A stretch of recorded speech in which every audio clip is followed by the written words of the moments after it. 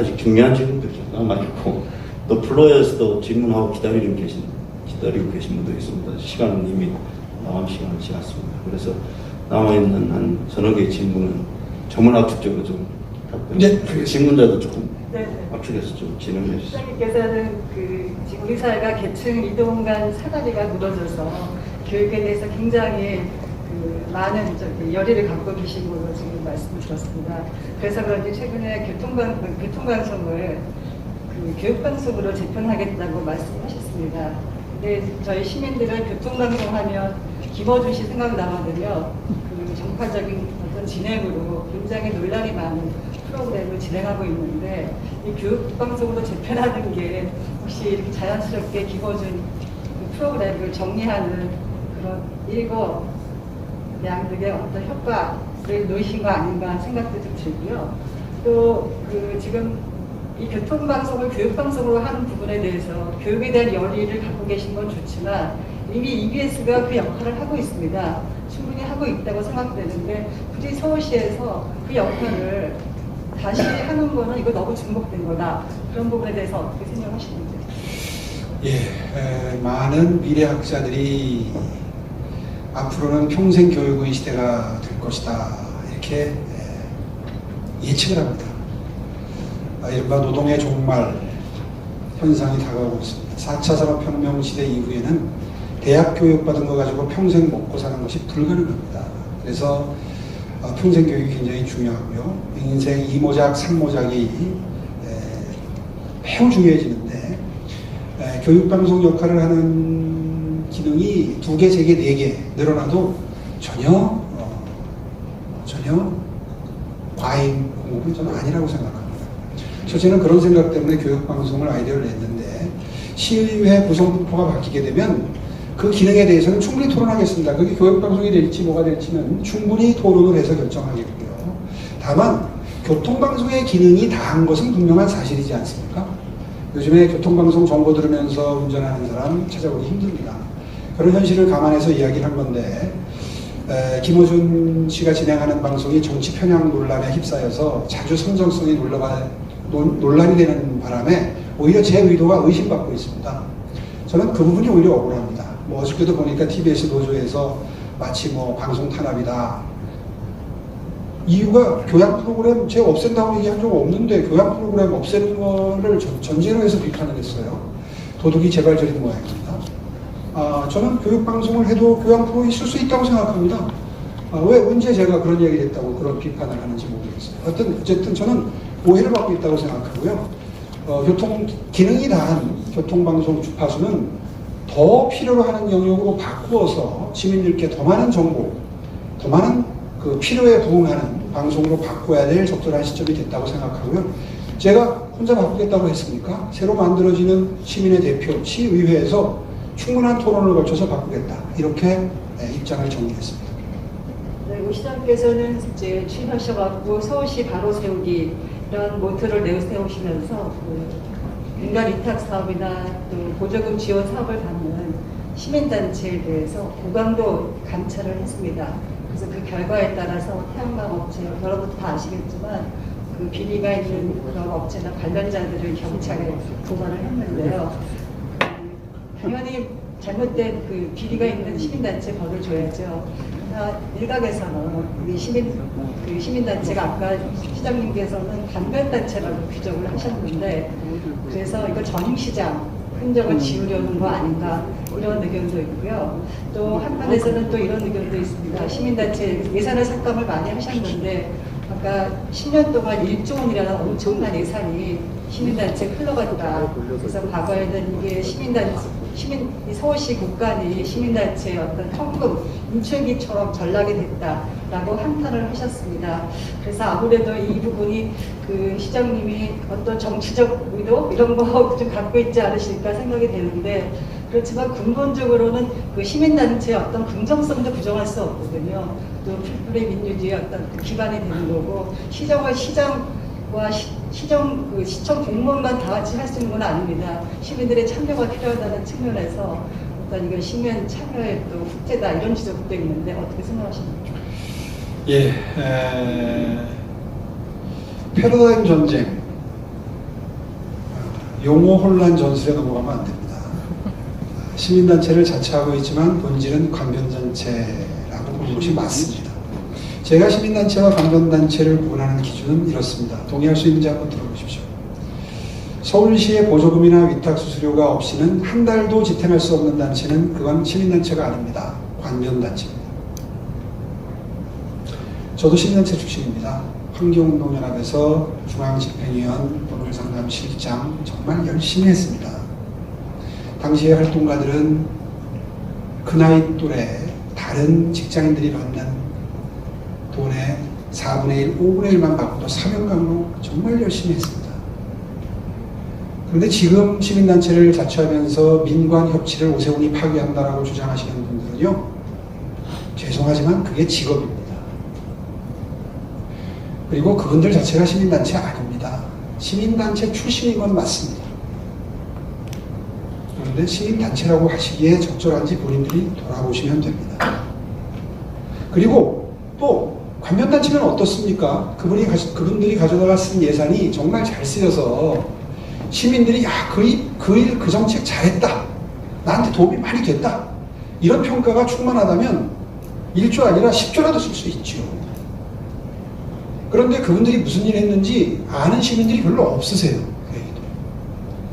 왜냐하면 그 돈은 거의 대부분 그 단체의 인건비로 쓰였기 때문입니다. 그런 단체들이 하는 일들은 구청이나 서울시 산하단체들도 충분히 할 수 있는 일이었습니다. 그런데 그런 지원조직이라는 명목으로 중간 지원조직을 만들어서 그분들 인건비로 쓰면서 일부는 사업비로 쓰이긴 했죠. 그러나 그 사업의 효용성은 가히 높지 않았다. 그렇다면 정리하는 게 옳습니다. 다 없애겠다는 게 아닙니다. 가성비 높았던 사업들은 남겨두고 냉정한 평가를 통해서 과도하게 예산이 낭비된 부분들은 바로잡아야 되는데, 불행히도 민주당 시의회의 반대로 작년에 그 작업을 절반도 채 하지 못했습니다. 계속돼야 됩니다. 3년 내에 마무리하겠습니다. 많은 토론 통상적인 진행 방식은 1라운드 질문을 하고 또 초청자를 좀 상찬하고 장점을 부각시키는 질문을 제가 한두 가지 하고 그 다음 2라운드 질문 이어지는 게 보통입니다. 그런데 오늘은 워낙 좋은 답변들 많이 해주시고 그러다 보니까 시간이 지체돼서 2라운드 질문 아쉽지만 생략할 것 같습니다. 그러나 오늘 답변하는 과정에서 저희들이 또 궁금했던 부분도 많이 소화가 됐기 때문에 일단 패널의 질문은 이걸로 마무리를 하고 오늘 정말 플로에서도 좋은 질문을 많이 해주셨습니다. 그만큼 관심 있게 경청을 하셨기 때문에 보여집니다.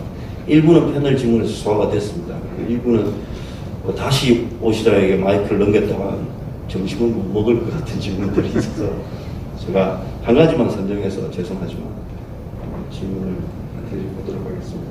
나머지 분들 다 좋은 질문들이지만 시간을 관계해서 이렇게 하도록 하겠습니다. 제가 본 질문에 비교적 간단하게 또 궁금한 질문은 이 질문입니다. 문재인 정부에서 유일한 야당 출신 국무회의 참석자로서 문재인 정부의 국무회의 평가를 주십시오. 이런 질문이 나왔습니다. 사실 참 궁금한 대목입니다.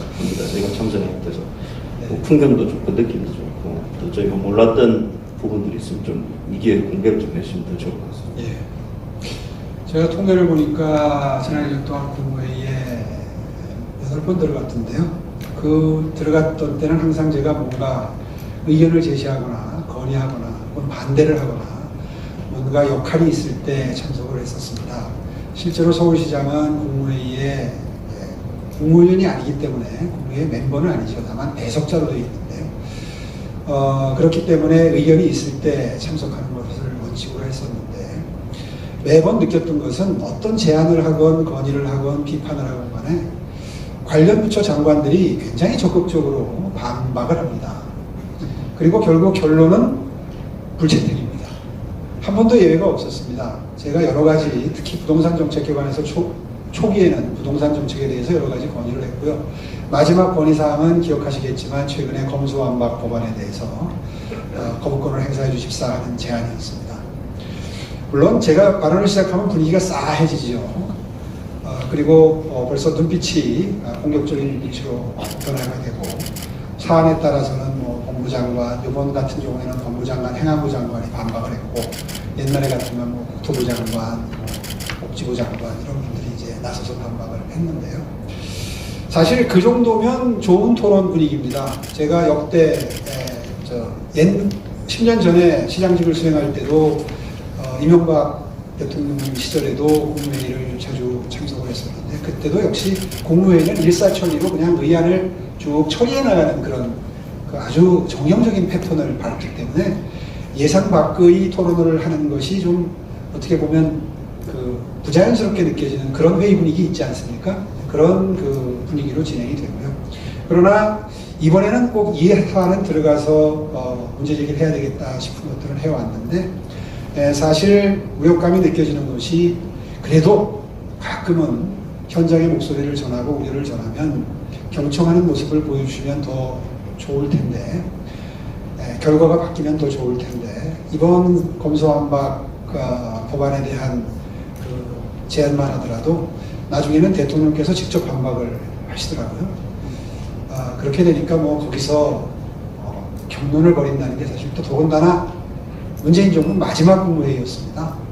그래서 다 같이 국무위원들이 식사를 하고 기분 좋게 웃으면서 내려왔는데 계속 그렇게 따지고 드는 것이 사실은 조금은 민망한 모습이어서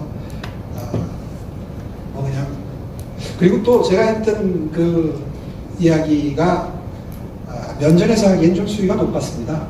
미나 보도가 됐지만, 그래서 반박 재반박 이렇게 이어지는 논쟁 분위기까지는 가지가 않았었는데요. 앞으로는 국무회의 분위기가 좀 더 토론적인 분위기가 됐으면 하고 바라는 건 분명한 제 바람입니다. 네, 지금 시간이 11시 53분입니다. 13분이 지났습니다.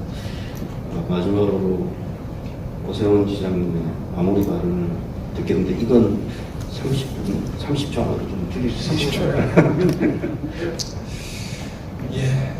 이제 서울시가 지난 1년 동안 알토란 같은 준비를 거쳐서 신발끈을 동여내고 스타트 라인에 섰다고 저는 생각합니다. 정말 많은 전문가분들이 도와주신 내용이 비전 2030에 녹아들어서 하나하나 구체적인 정책으로 마련이 돼서 이제 다 시작되는 시점인데, 이러한 미래를 향한 투자가, 정책이 또다시 무산되고 무효화되지 않기를 저는 정말 간절히 바랍니다. 계속될 수 있도록 도와주십시오. 열심히 뛰겠습니다. 감사합니다.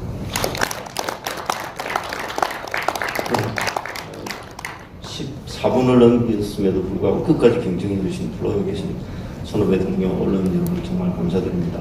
아쉬운 것은 좋은 질문 주셨는데 답변을 드릴 기회가 없었다는 것 되게 아쉽게 생각합니다. 제가 오세훈 시장에 부탁해서 이 질문들 전달해서 서면으로든 이렇게 다시 답변을 할 수 있도록 부탁을 드리도록 하겠습니다. 어쨌든 좋은 결과 있기를 기대하면서 오늘 오세훈 국민의힘 서울시장 후보 초청 환원 토론을 마치도록 하겠습니다. 감사합니다.